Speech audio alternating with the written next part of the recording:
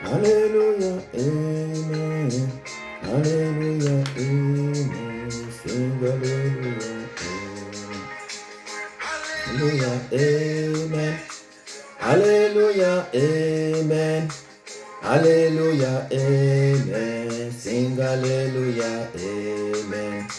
Hallelujah, amen. Hallelujah, amen. Hallelujah, amen. Sing hallelujah, amen. Hallelujah, amen. Hallelujah, amen. Hallelujah, amen. Sing hallelujah, amen. Hallelujah, amen. Hallelujah, amen.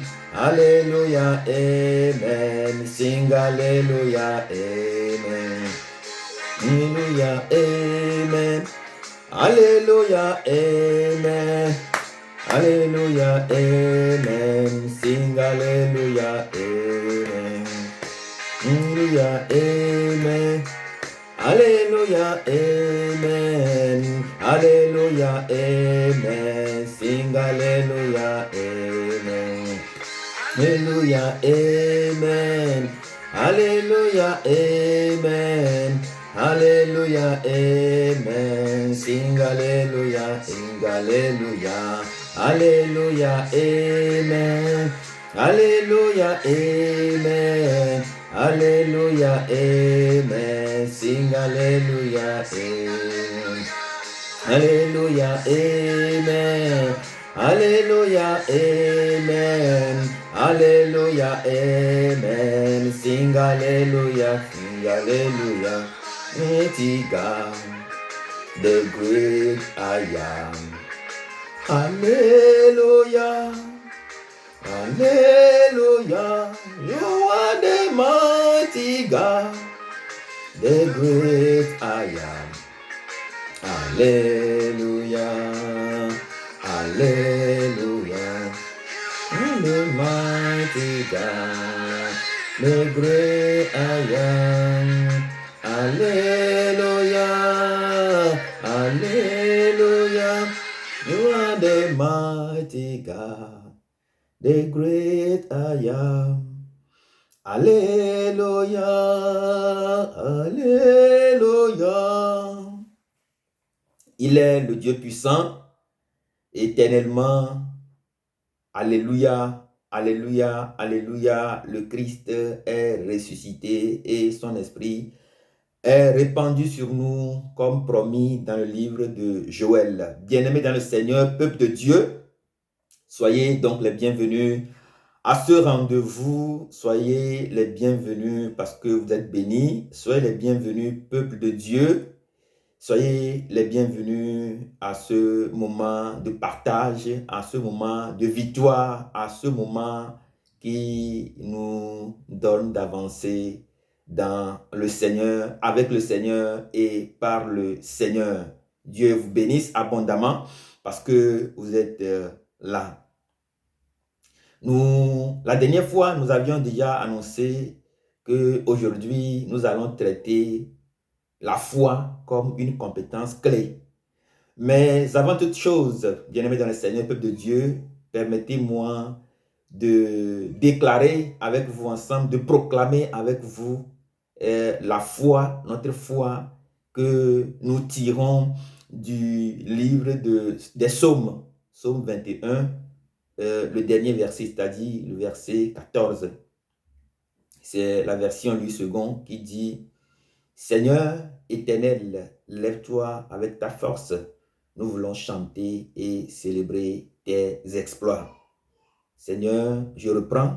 Seigneur, lève-toi avec ta force. Nous voulons chanter et célébrer tes exploits. Lève-toi, Seigneur, avec ta force. Nous voulons chanter et célébrer tes exploits. Seigneur, en ce jour où tu nous donnes toi-même le rendez-vous et le rendez-vous auquel toi-même tu es présent, avant que nous-mêmes nous déplacions, nous te disons merci. Nous voulons célébrer et nous voulons chanter et célébrer ta puissance parce que tu es là. Nous voulons chanter, célébrer ta puissance dans la vie de nos frères, dans la vie de nos sœurs, dans la vie de tous ceux et celles qui vont suivre cet enseignement. Nous voulons célébrer ta grande puissance dans leur vie car tu es grand, tu es magnifique, tu es puissant éternellement et tu es le puissant guerrier qui conduit la bataille devant eux, qui conduit les combats et qui les permet de gagner toutes sortes de combats qu'ils mènent dans le nom puissant de Jésus-Christ de Nazareth. Nous voulons chanter et célébrer tes exploits pour les merveilles, Seigneur, que tu as accomplies dans notre vie. Nous voulons chanter et célébrer tes exploits pour les merveilles que tu veux encore accomplir dans notre vie à travers cet enseignement.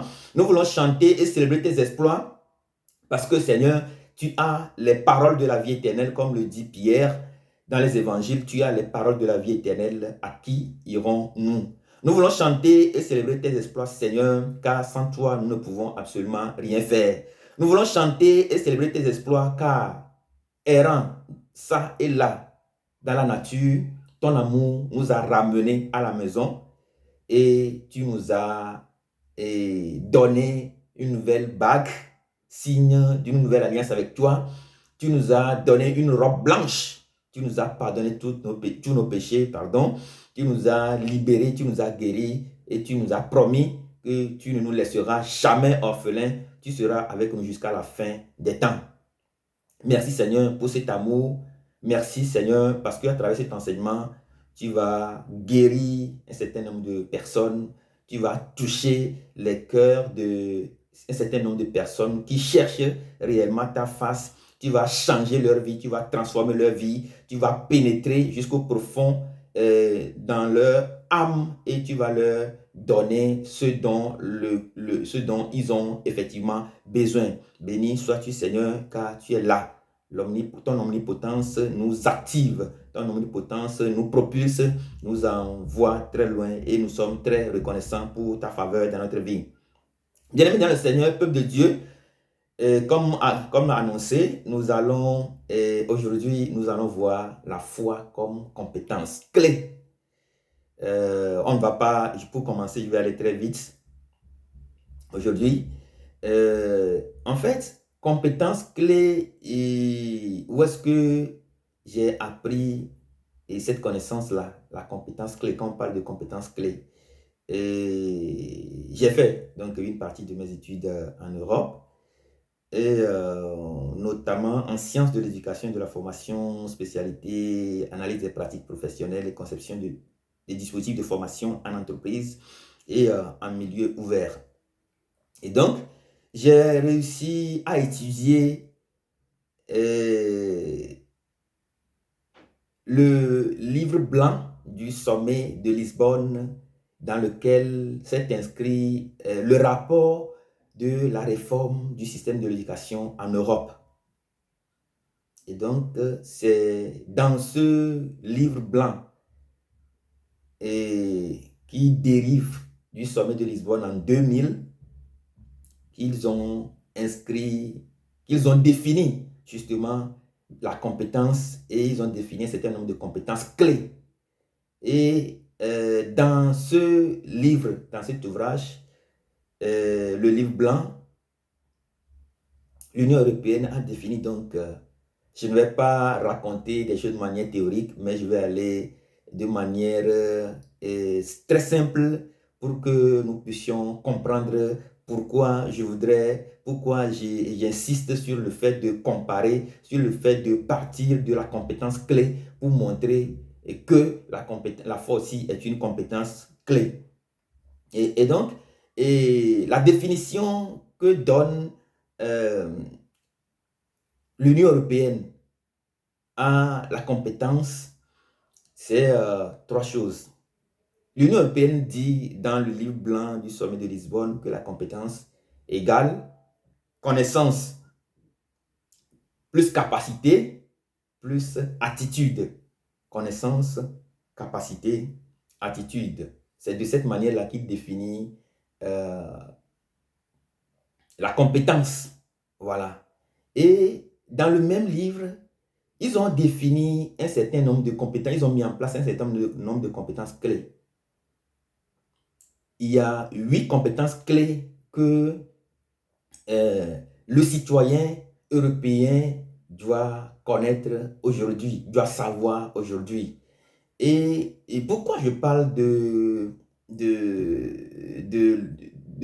la compétence clé? Pourquoi je fais allusion à l'Europe? Parce que je n'ai pas, en tout cas, et, de référence en matière de réforme en Afrique. Voilà, en matière de réforme de l'éducation en Afrique. C'est pour ça que je parle de ce que je maîtrise bien.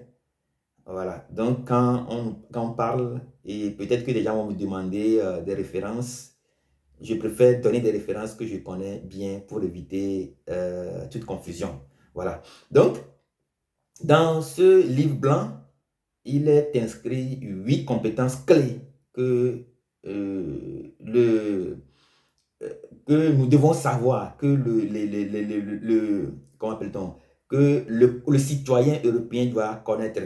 Et si vous voyez, que l'étudiant doit connaître, l'étudiant, le citoyen européen doit connaître. Voilà. Et donc, je vais très rapidement citer ces 8 compétences. En tout cas, la première compétence clé, c'est parler la langue maternelle. Avoir une grande notion sur la langue maternelle. C'est-à-dire que tu dois parler, tu dois pouvoir parler et écrire la langue maternelle. C'est la première compétence clé du livre blanc. La deuxième, c'est parler couramment en anglais. L'anglais étant devenu une langue internationale, une langue vivante, une première langue vivante. Le livre blanc dit, écrit que noir sur blanc, qu'il faut donc que le citoyen européen comprenne et sache écrire la langue anglaise. Au 3, le citoyen européen doit maîtriser, doit avoir des compétences mathématiques.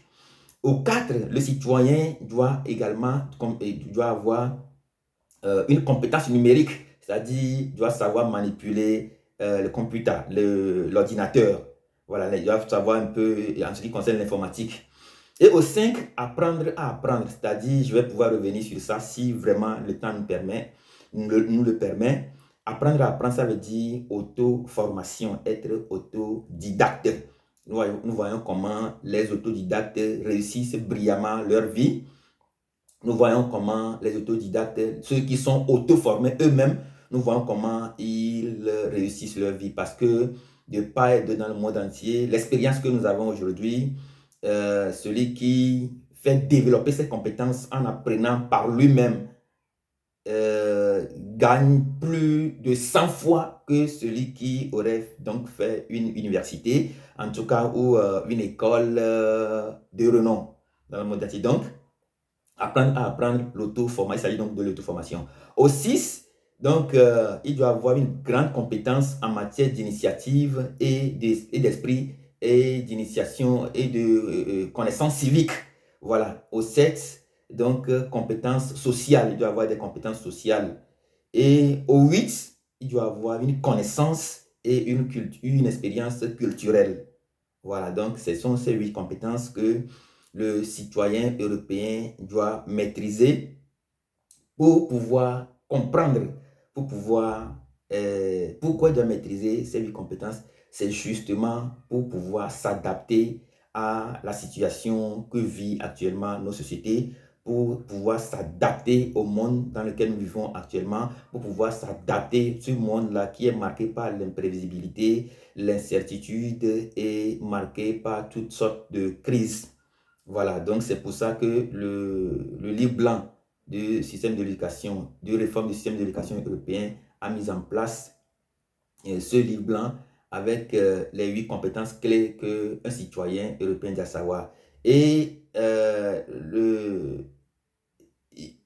ce que je voudrais souligner par ici, c'est que si nous voyons actuellement dans nos pays, surtout en Afrique de l'Ouest, je sais que aussi en Afrique centrale, ça se passe également, il y a cette réforme du système de l'éducation européenne a été mise également en application, commence par être expérimentée dans nos pays. Vous allez voir, actuellement, on parle plus de ceux qui sont dans le domaine de l'enseignement, en tout cas, ou qui cherchent, qui font un peu qui lisent beaucoup de choses en ce qui concerne l'éducation. ils vont comprendre qu'actuellement, on parle chez nous en Afrique, souvent on parle de APC, approche par compétence. Voilà donc l'origine de l'approche par compétence. C'est tiré donc du livre blanc du sommet de Lisbonne en 2000, où il y a 8 compétences clés à maîtriser afin de pouvoir s'adapter au temps et à la société dans laquelle nous sommes. Et donc, tout citoyen européen doit connaître, doit avoir ces compétences-là. Les jeunes pour pouvoir se préparer à la vie adulte, à la vie professionnelle. Les adultes et les seniors pour pouvoir donc se préparer continuellement à se former tout au long de la vie. On ne finit jamais d'apprendre, comme le dit toujours un dicton. Voilà. Et donc, nous voyons donc que ces 8 compétences clés, c'est très important pour le citoyen européen. Donc, de la même manière que nous voyons que la foi,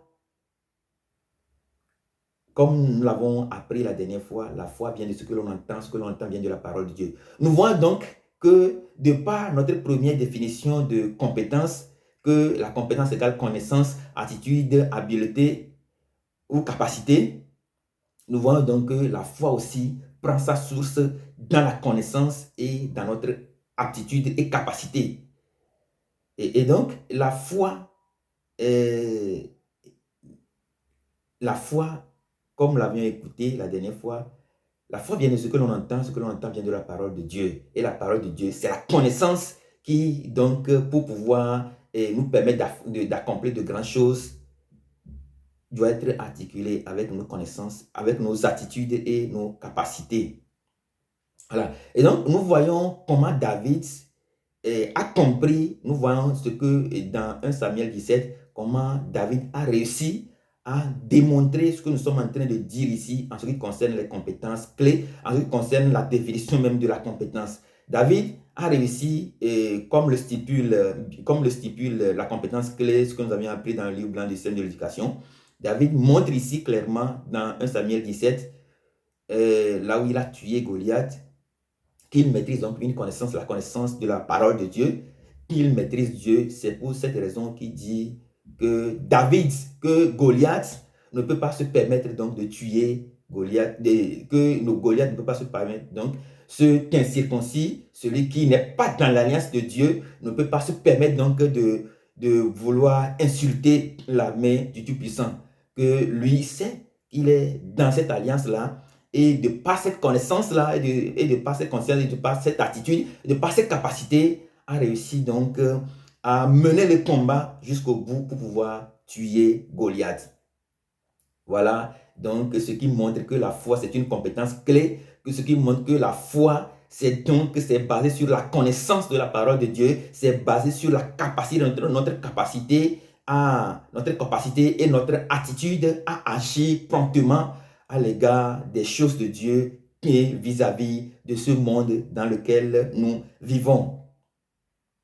Et donc, David nous montre également par là que la foi nous permet donc, comme connaissance qui vient de la parole de Dieu, articulée à notre attitude et notre connaissance, à notre capacité, doit nous permettre de nous adapter à la situation, de nous permettre de nous adapter au monde que nous vivons, que nous devons réagir en tant qu'enfants de Dieu, en tant que fils de Dieu, en tant que ceux qui maîtrisent la connaissance de la parole de Dieu, ceux qui ont pu construire un réservoir de cette parole de Dieu et qui l'exploitent en temps voulu ou en un temps donné.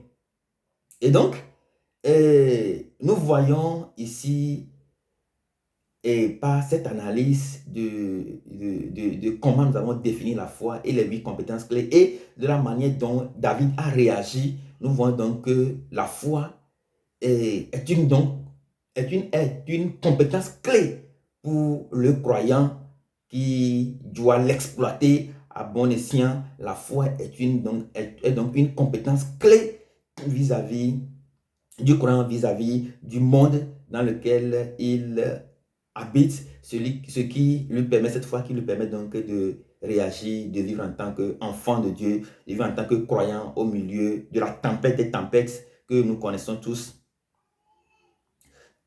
dans le monde présent que nous vivons, donc, et qui nous permet de nous basculer des fois, mais le Seigneur est vivant, le Seigneur est présent, il est toujours avec nous jusqu'à la fin des temps, comme donc il a promis. Et donc, ce que nous voyons ici, c'est donc que la foi, et lorsqu'on parle de la foi comme compétence, cela se traduit donc comme une forme de comportement. Parce que si nous voyons même, lorsqu'on parle de comportement, lorsqu'on parle de compétence, on mise beaucoup plus sur le comportement de la personne.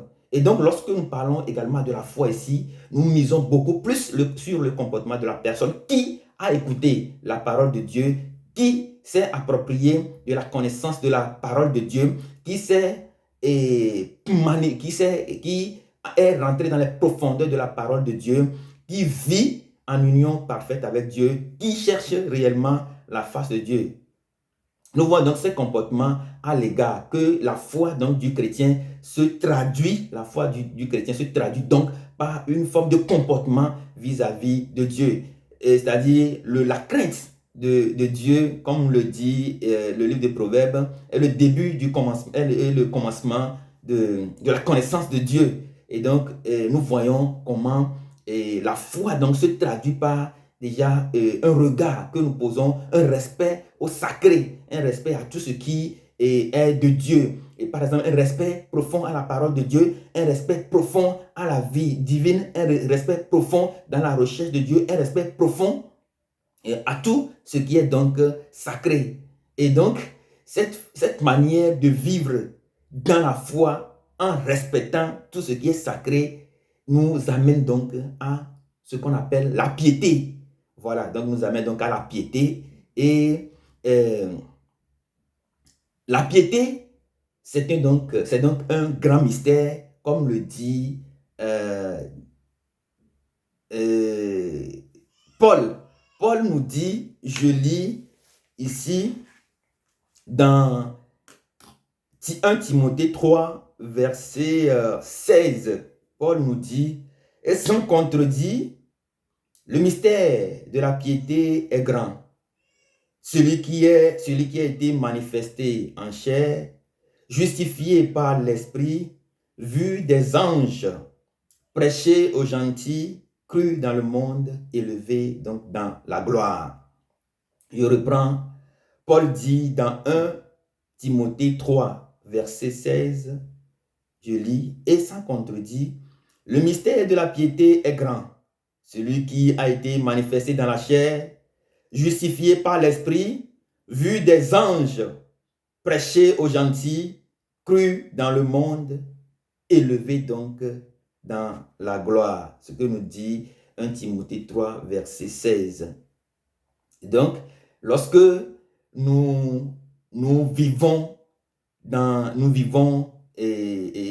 respect de la parole de Dieu, la crainte de Dieu, et que cela nous amène réellement à vivre ce grand mystère de la piété. Et donc, ce que nous demandons au Seigneur se manifeste donc dans la chair.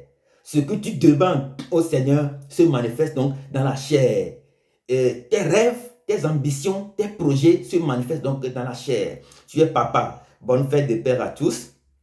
Tu es papa, tu t'es marié. Et donc, ça fait des années que tu es en train de chercher des enfants, que vous êtes en train de chercher, vous cherchez avec entrain des enfants et que cela n'arrive pas. Je prie donc ce matin que le mystère, le grand mystère de la piété se manifeste donc dans la chair de ta vie, se manifeste donc dans la chair pour vous. Je prie donc ce matin que les enfants que vous désirez se manifestent donc dans la chair, que ces enfants se manifestent dans la chair, se manifestent dans la chair, justifiés par l'Esprit de Dieu, vus par les anges, comme le dit la parole de Dieu, c'est-à-dire défendus par eux-mêmes, que Dieu même défende ta cause, que Dieu défende ta cause, et que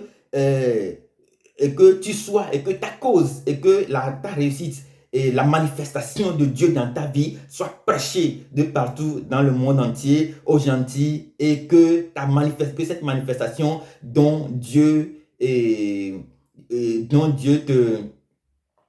que Dieu t'attribue, que Dieu te fait aujourd'hui, que c'est une grande manifestation, te permet d'être élevé dans la gloire, car la promotion donc vient de Dieu et la promotion vient uniquement que de Dieu seul. Donc je prie ce matin, toi qui effectues des activités commerciales, et donc il y a toujours de l'instabilité, les choses ne marchent pas, tu ne comprends plus absolument rien et tu as peur. Je prie donc pour toi ce matin que la piété, que ce mystère, ce grand mystère qui a été manifesté dans la... je prie que ce grand mystère visite même ta maison afin que tes vœux, ce que tu cherches réellement, que la stabilité prenne chair dans ta vie, que l'abondance prenne chair dans ta vie, que l'abondance, la prospérité prenne chair dans ta vie. Je prie que tes activités reprennent normalement. Je prie que la prospérité te vise ce matin. Je prie que la faveur divine te vise ce matin, se manifeste dans ta chair, se manifeste dans ton cou, se manifeste dans ton foyer. Je prie, toi qui vis une instabilité familiale, je prie ce matin que la faveur divine te localise là où tu es actuellement et qu'il t'accorde ce dont tu as besoin, que ce que tu as besoin soit révélé, manifesté dans la chair, vu par les anges, défendu par la puissance de Dieu lui-même et cru dans le monde entier, proclamé dans le monde entier. Je prie que ta vie devienne un impact pour les autres dans la zone dans laquelle tu vis. Qu'importe la situation, toi qui es malade et terrassé à petit feu par ton Goliath, je prie ce matin que ta santé reprenne, que ta santé se manifeste dans la chair, qu'elle soit défendue par l'esprit, vue par les anges, c'est-à-dire défendue par Dieu lui-même dans sa grande faveur, afin que tu reçoives la guérison, afin que tu reçoives la libération, afin que tu reçoives la puissance, afin que tu reçoives la faveur de Dieu. Je prie ce matin que les autels érigés contre toi, afin de pouvoir nuire à ta vie, de te détruire complètement. Je prie ce matin que le mystère, le grand mystère de la piété te vise ce matin et brise, détruise complètement toute forme de matériel malin enflammé, détruis toute forme d'autel contre ta vie afin de pouvoir te libérer et que la puissance de Dieu soit manifestée dans ta vie, que la libération de Dieu soit manifestée dans ta vie, que la faveur de Dieu soit manifestée dans ta vie, que la victoire de Dieu soit manifestée dans ta vie. Je prie ce matin que la guérison visite ta maison, que la santé se manifeste dans ta vie, que la victoire divine se manifeste dans ta vie. Je prie ce matin que ton Goliath tombe à tes pieds dans le nom puissant de Jésus-Christ de Nazareth, car le mystère donc de la piété te visite en ce moment opportun. Je prie que ce mystère-là intervienne puissamment, ce mystère de la piété intervienne puissamment dans ta vie et que l'Éternel des armées, le Tout-Puissant, le guerrier dans les combats, soit avec toi d'ici et maintenant et pour toujours, dans le nom puissant de Jésus-Christ de Nazareth. Je souhaite donc à tous et à tous bonne fête de Père. À tous les pères, tous ceux qui ne sont pas papas, je prie ce matin que Dieu vous fasse grâce. Et tous ceux qui sont papas, je vous souhaite de bonnes fêtes. Et on ne peut pas souhaiter bonne fête à papa sans maman. Donc, nous disons hommage à nos mamans. Nous rendons un très grand hommage à nos mamans, un très grand hommage à toutes les femmes du monde entier qui soutiennent les hommes, qui soutiennent les enfants, qui participent pleinement à l'éducation des enfants, qui sont la relève, qui seront chargés de la relève donc, du demain. Dieu vous bénisse abondamment et bénisse votre dimanche dans le nom de Jésus-Christ de Nazareth. Amen.